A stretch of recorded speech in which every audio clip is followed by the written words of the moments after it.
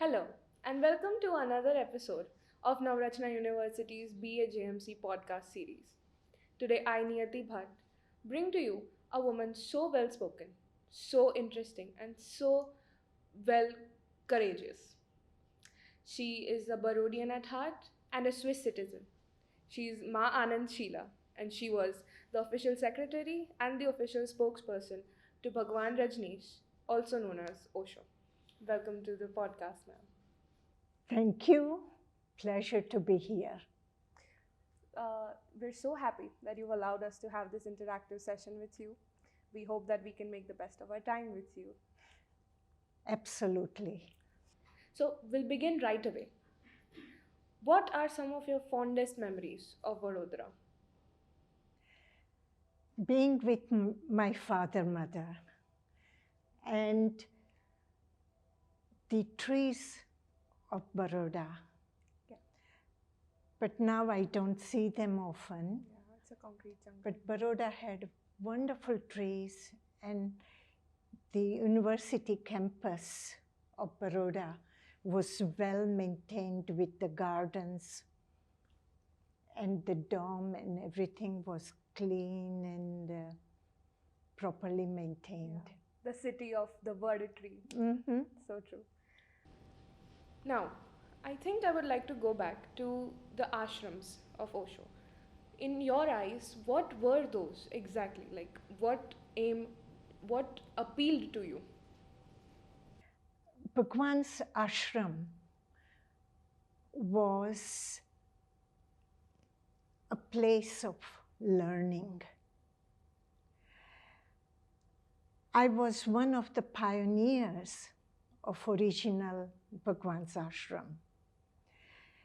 It was a place where people came from all over the world, from all walks of life, and they sat together in a positive mood, in a positive rhythm,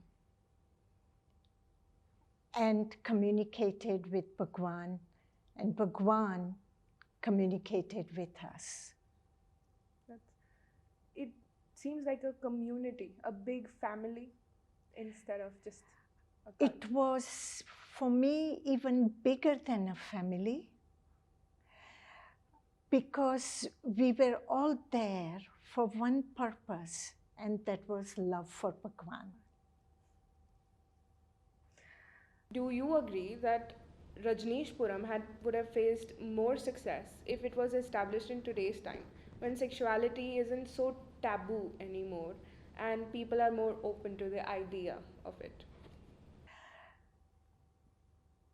Project like Rajneeshpuram will only succeed if human psychology has some new idea.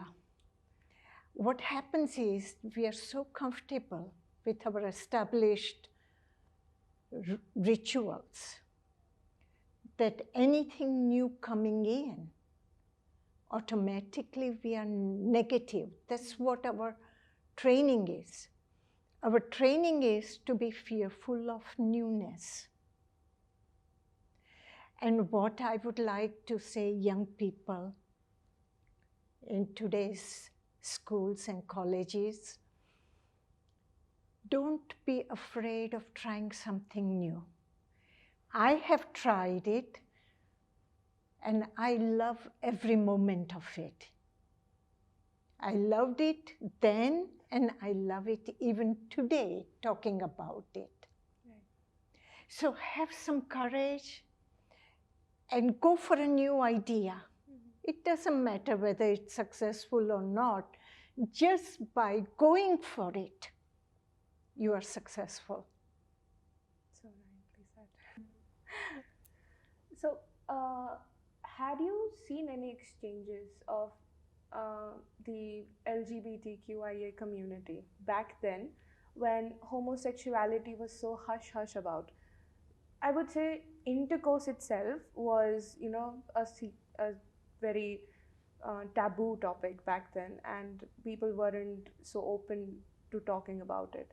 So do you Do you remember any instances that the queer community? In our community, there was no discrimination. It was natural. Sexuality is an individual preference. Liking of someone, not liking of someone is an individual event. An individual must have freedom in their choice, regardless. We say women should not do this or that. No, that's all garbage. Women can do everything what men can do. And they don't have to fall back.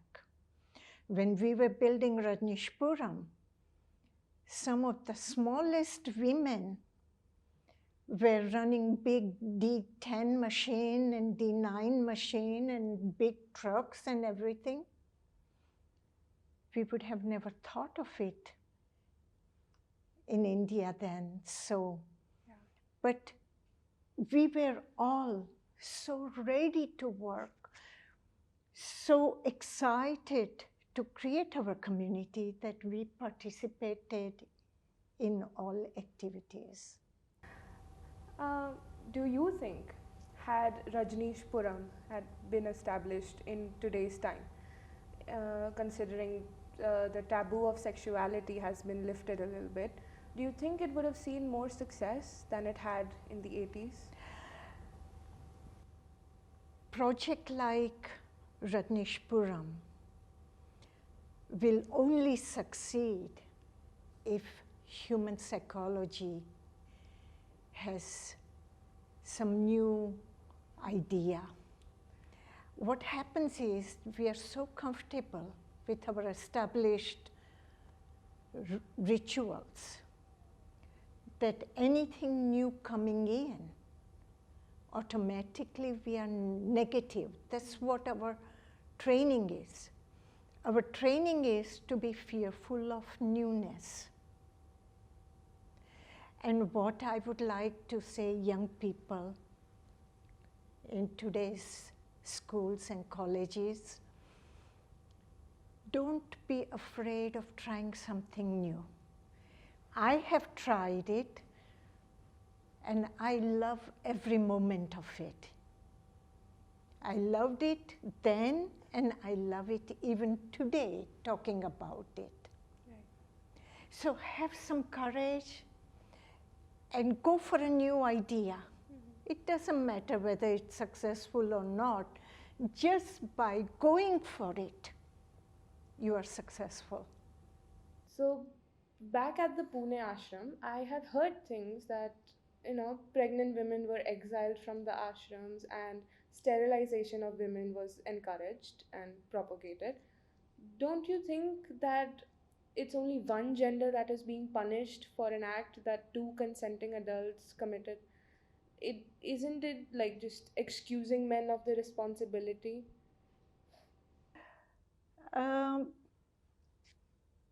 I would say to your question, people say many things.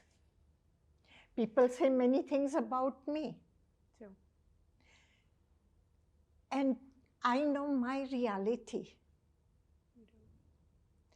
I would not entertain such opinions of people without experiencing firsthand. Mm-hmm. Would you say that even if some have this opinion, do you say that those people have an inherent bias towards the women bearing the consequences of an act that was carried out by two consenting adults, where men have been excused, but the women suffer the consequences? That is the tradition. Women always suffer. They have the last burnt. But I must say, in our community, Bhagwan offered women the highest status. There were many men upset that Bhagwan had chosen me as a secretary or Lakshmi before me, a secretary. And Bhagwan said, no, women have the equal right and equal abilities, at times even more because they function through intuition. He did not listen to people's critique on it. He continued to have me as his secretary. A man of his word. Man of my heart and my world. I've heard some scandalous takes about marriage, that it is self-limiting. That's what Osho said, apparently. And I've heard that you've gone on record as well to say that marriage is sexually limiting. Do you support open marriages, like polyamorous relationships? For me, as I live life, I'm 73 years old now, and I have seen enough world. Marriages are social structure to control the sexuality of mankind. If we become aware and respectful of one another, we would not need that kind of. Marriage should be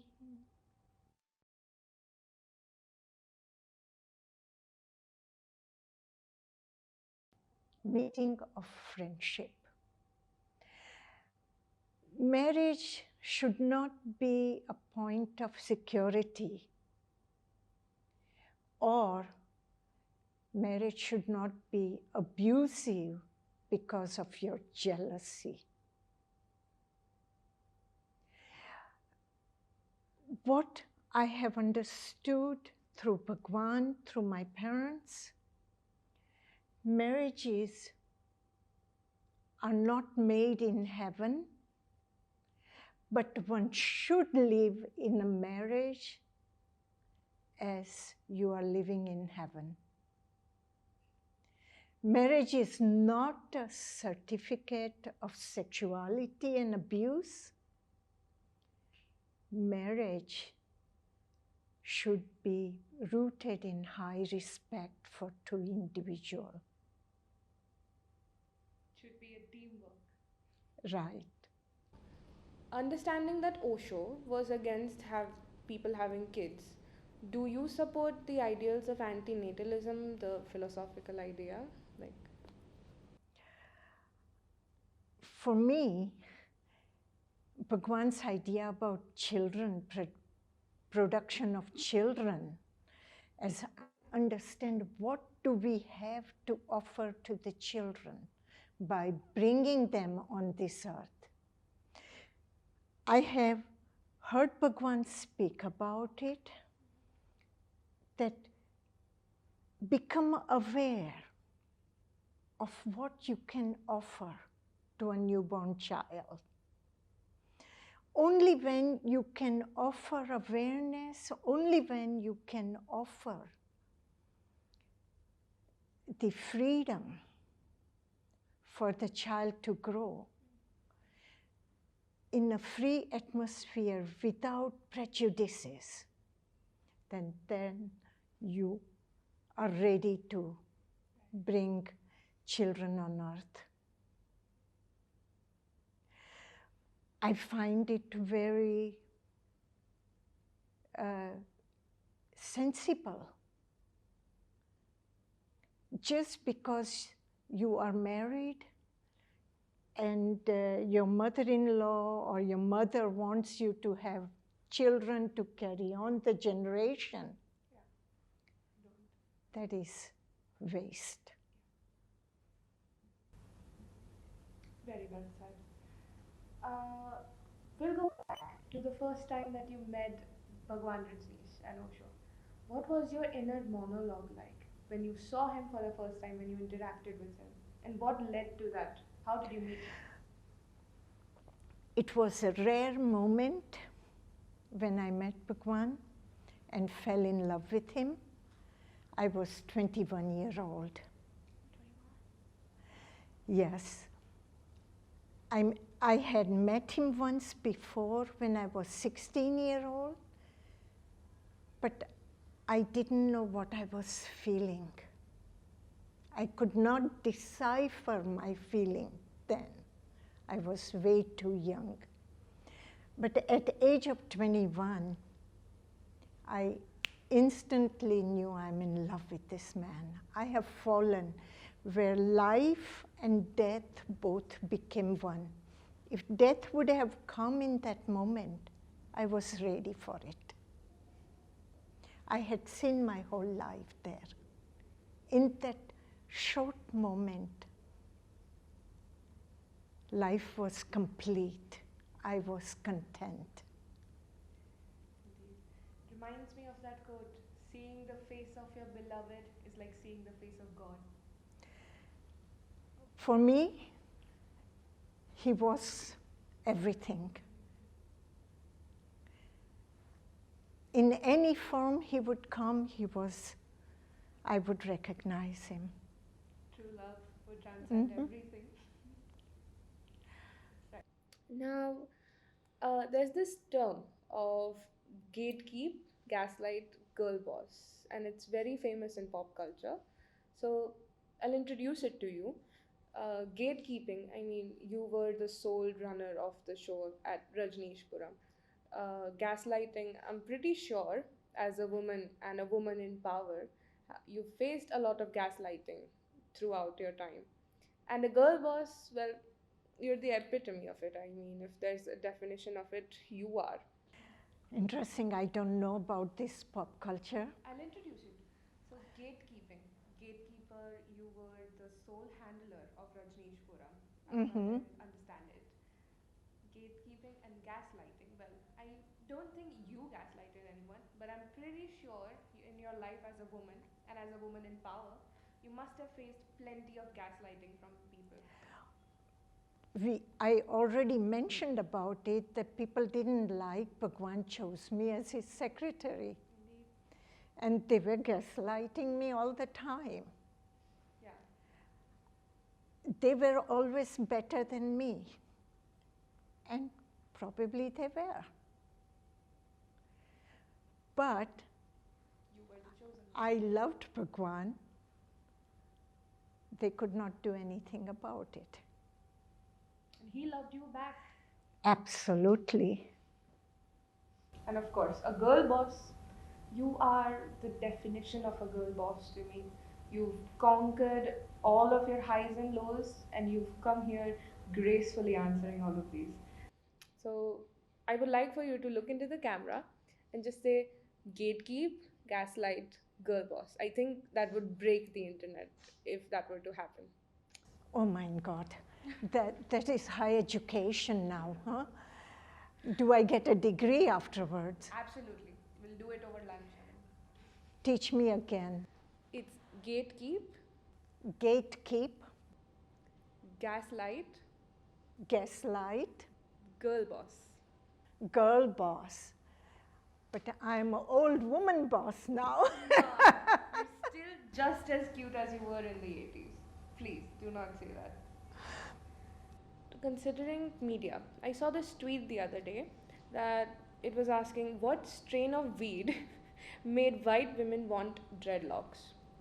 As a person who's seen America in the 80s, what is the line between cultural appropriation and cultural appreciation? We did not face these problematics because we were together with Bhagwan and we all had one common feeling: we loved him. So with that feeling of love, I don't remember seeing people white or black or dark or square faces. I could not tell who was 50, who was 15.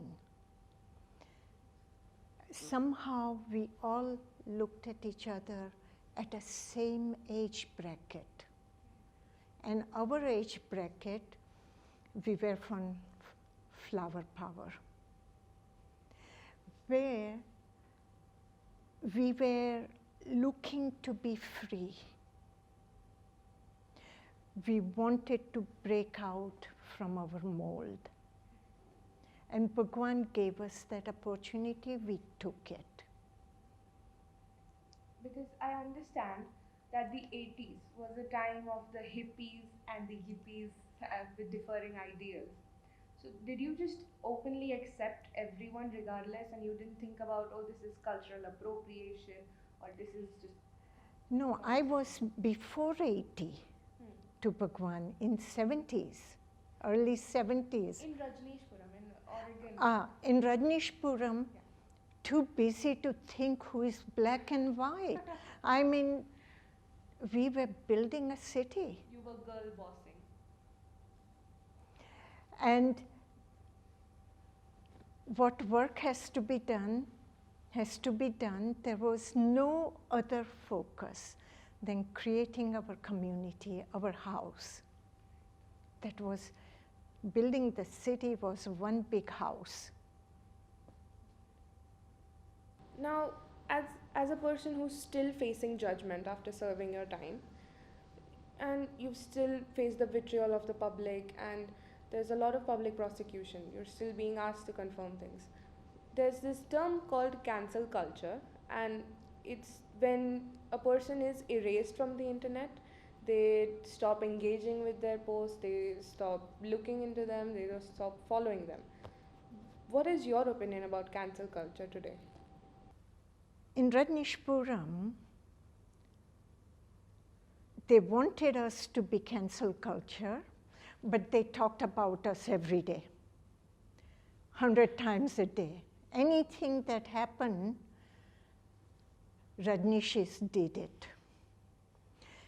The fruit flies come from California, that was because of Rajneeshis came.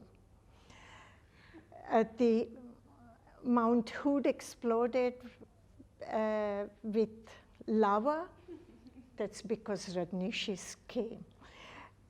They wanted to cancel us, we wanted them to cancel us, but they couldn't cancel us.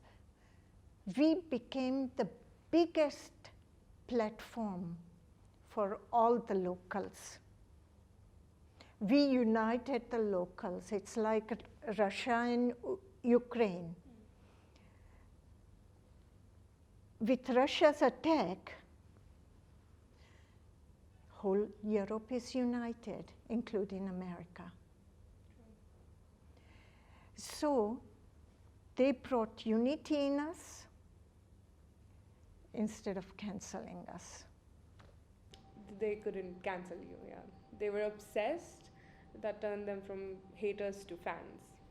They turned from haters to fans. Exactly. Right. Now, in an interview with the 60 Minutes Australia, Osho had said that she has no dignity. All the dignity she has was given by me, as in Osho. Do you find it uncomfortable ever to be still addressed with the name that he gave you instead of Sheela Ambalal Patel? If I got dignity from Bhagwan, I'm the most lucky person. Did it never feel insulting? His dignity, if I would have, what other opinion I need? I am dissolved in him. That is, when I fell in love with him, I was completely dissolved. I have no ego issue there. Love could never insult you. Right. If ego issue I have to deal with, if somebody said, I did not take care of Bhagwan and his community, that would bother me. But to have dignity of Bhagwan, think of my potential. And that potential comes from Ambalal and Maniben Patel from Tandalja. I got goosebumps just now. In an interview that you gave to the Quint, you said you still had warmth for Osho because you had loved him. And all that reminds me is of this Neil Maxwell quote, that no love is ever wasted. Its worth does not lie in reciprocity. What is your take on love, ma'am? Love is never waste. If it was a waste, it was not love. That much clearly I can say and understand. And for me, love cannot be destroyed. You can say what you want to, but if you think you have fallen out of love or it's destroyed, then bear in mind it was not love. There was some give and take. Love transcends everything. Then it was with expectations. And expectations is a business. You give me this, I give you that. Yeah. And wherever expectations are there, you can be certain you're going to be disappointed. Well said. Very well said. What would you say was the strategy when you established the ashram in Pune and in Rajneeshpuram? What was the master plan behind it all? No master plan. Bhagwan had just moved from Bombay to Pune because the apartment he was living in Bombay, that apartment building, other guests or the other owners did not like all these hippies from all over the world appearing on their doorsteps. So he got thrown out of there. Lakshmi arranged, then Bhagwan's secretary, a villa in Koregaon Park, Pune. And all of the hippies started coming there. Now they require certain services. They need coffee, tea after discourse, they need to use toilets, they need to park their bags, etc. And we had to create something that works with community. So as more people started gathering, our needs increased. And that was the only strategy we had, that now suddenly from 100 people to 2,500 people come, from there 5,000 people come. Where do you sit them? For meditation, you require a hall. The small do-away area was not good enough anymore. Then you need Buddha hall where Bhagwan can give discourses and then meditation can be carried out. Then new therapies came, so therapy rooms are required. So one thing led to another. And life is like that. You don't come with master plan. You're not born with master plan. And your parents did not create you with a master plan. And everybody talks of strategy. They cannot understand how spontaneity and how one can go through life without planning. And yet, there is a plan. His plan. Niyati. But I understand that Rajneeshpuram had its own airline as well, like its own air transport. That's right, I bought them myself, the planes. How awesome is that? Do you understand how awesome you When I sound? was buying it, I didn't understand how awesome it is, but now people tell me it was awesome. Incredibly awesome. I love that. After you left, after you decided to leave, Osho said some things post your departure. And do you feel scorned ever? Do you feel that he, the man that you loved, would say things like that? Did that hurt you? I did not feel bad about him saying anything about me. It just made me sad that man of that caliber was put in a situation to say those things. He must have had his own reasons. And he has corrected his statement also, year after I was gone. So imagine the advisors who were around him, the men, they gave him advice to speak against me. But that is common sense. I feel bad that he had to do it, but that was the reality in the moment. Yeah. They couldn't gaslight the original Right. GirlBoss. Now that you say it like that, as a man, he was accepted back into the community regardless of the things that were being said about him. While you faced a lot of vitriol and you faced major brunt of it when you were asked to confirm or readmit to the things that were already in the past, those hiccups that you had faced. Did you feel that it was unfair for society to do that to you? Do you see any burnt on me? You know, Do you feel the bitterness in me? I don't.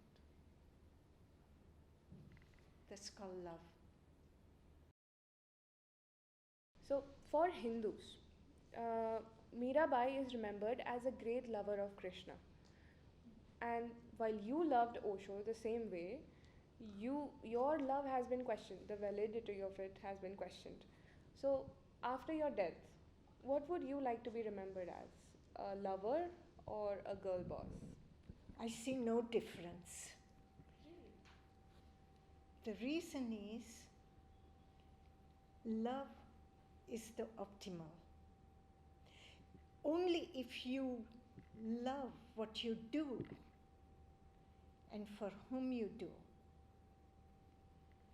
then you can be a good boss or a bad boss. So I have no conflict. It's a synthesis. Love gives the clarity of your being. Love gives the clarity of the way you move. And I have no problem either. They can call me lover or they can call me rejected lover or they can call me a big boss. However, it's all the same. I know I love the man. There's some of your statements that stick with me throughout the session that I've seen you. And it's your line of, that's their problem, it's not my problem. Do you believe in doing good karma for yourself and everyone else's karma is their own problem? Do you believe in karma? Anything that you do individually is your problem. If you are doing something, you have to take responsibility for it, and it becomes your problem. What I have to do, I take responsibilities, and I sit 39 months in prison. And you have not heard me complain yet. But you have to be generous enough to take the responsibility for whatever it is. I was the management. Anything that happens during my management, I don't burden that to my subordinates. There, I take the bullet in my heart, and I'm ready to suffer the consequences. And I have suffered. Gracefully. A final question.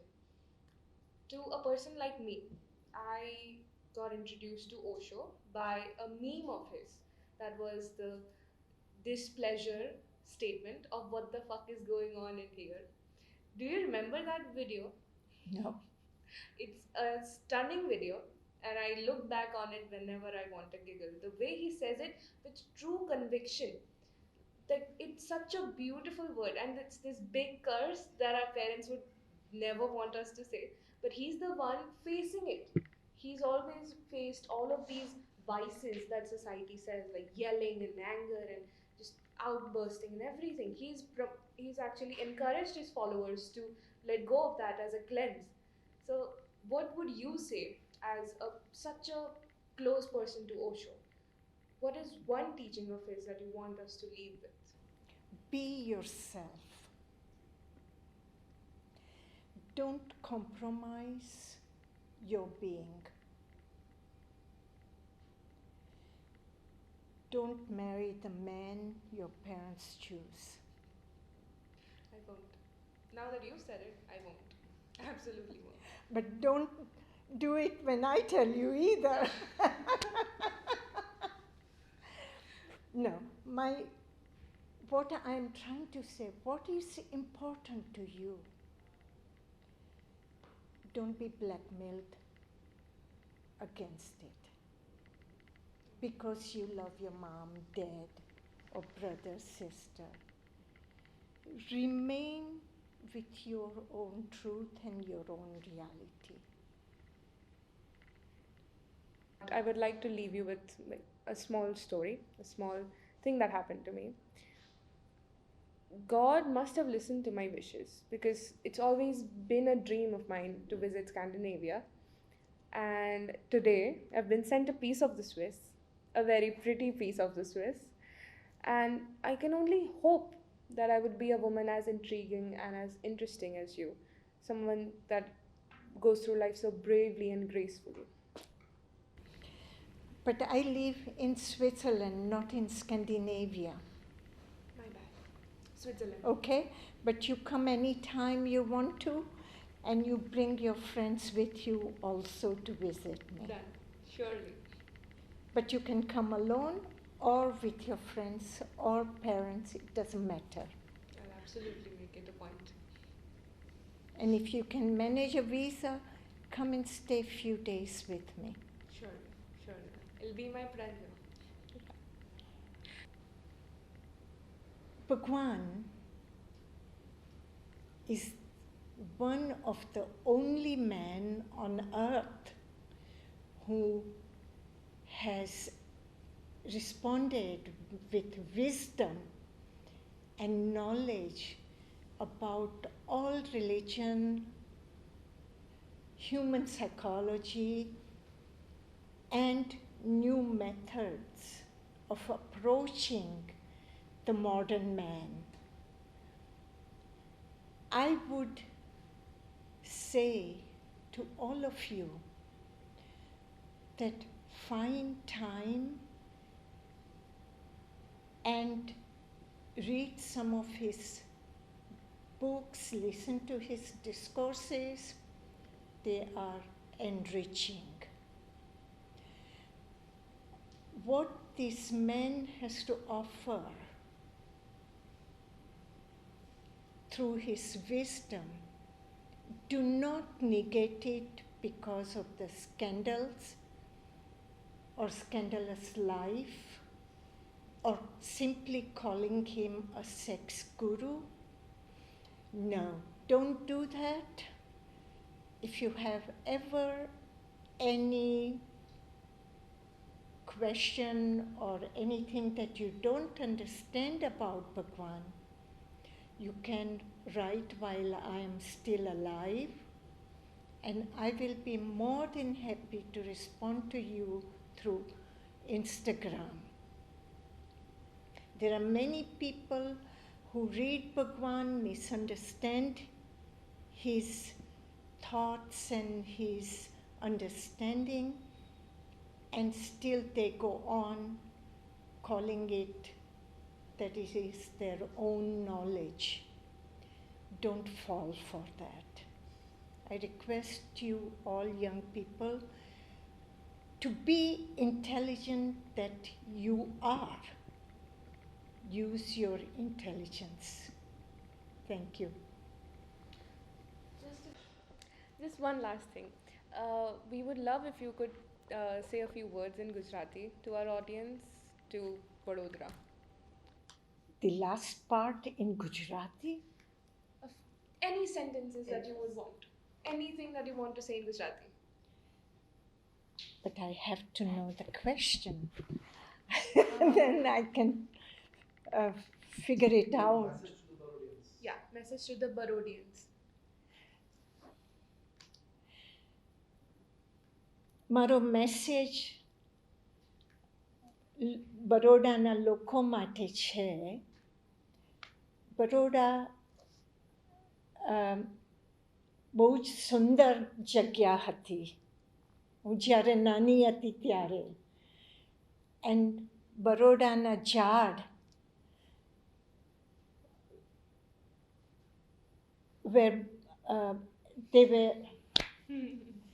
ઝાડ એકદમ સુંદર હતા.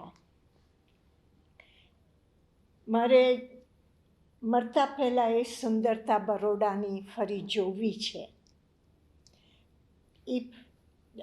જો તમે બધા મને મદદ કરશો તો હું બી આવીને એમાં જોડાઈ જઈશ. Oh my God.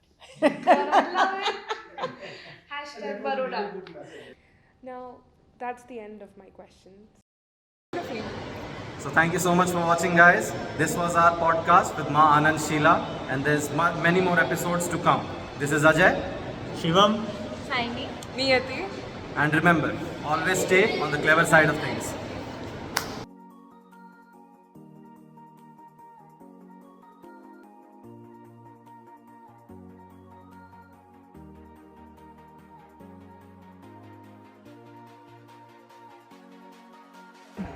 अजय, तुझे ही करना पड़ेगा यार. क्या? की पूरी बंद कर.